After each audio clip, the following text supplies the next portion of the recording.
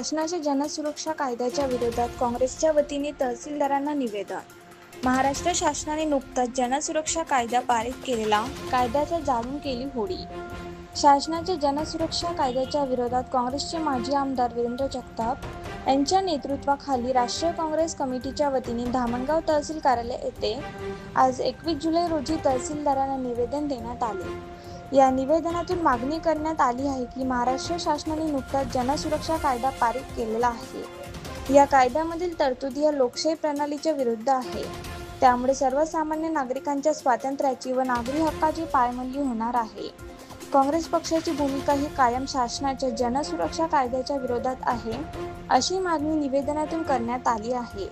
निवेदन देतेवेळी तालुका व शहर काँग्रेस युवक काँग्रेस कमिटी पदाधिकारी मोठ्या संख्येने उपस्थित होते। जनसुरक्षा कायदा जो आज विधिमंडळामध्ये मागील काही दिवसांमध्ये पारित झाला, त्याचा विरोध करण्यासाठी आम्ही भारतीय राष्ट्रीय काँग्रेस पक्षाच्या वतीने तहसील कार्यालयात निवेदन दिलेले आहे।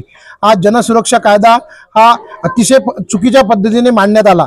त्यामध्ये सामाजिक व राजकीय अशा ज्या संघटना आहे यांनी जर सरकारच्या विरोधामध्ये काही जर आंदोलन केल्यास तर त्यावर सरकार कोणत्याही पद्धतीने कारवाई करू शकते आणि त्यामुळे सामाजिक व लोकशाहीचं यामध्ये हनन होणार आहे। त्यामुळे आमचा काँग्रेस पक्षाच्या वतीने याला स्पष्ट शब्दात विरोध आहे व तसेच या विधेयकाची आम्ही इथे होळी सुद्धा करणार आहोत आणि यामध्ये लोकशाही पूर्णपणे निस्तंभ होण्याचे या कायद्यामध्ये नियोजनबद्ध पद्धतीने या सरकारने धोरण आखलेले आहे।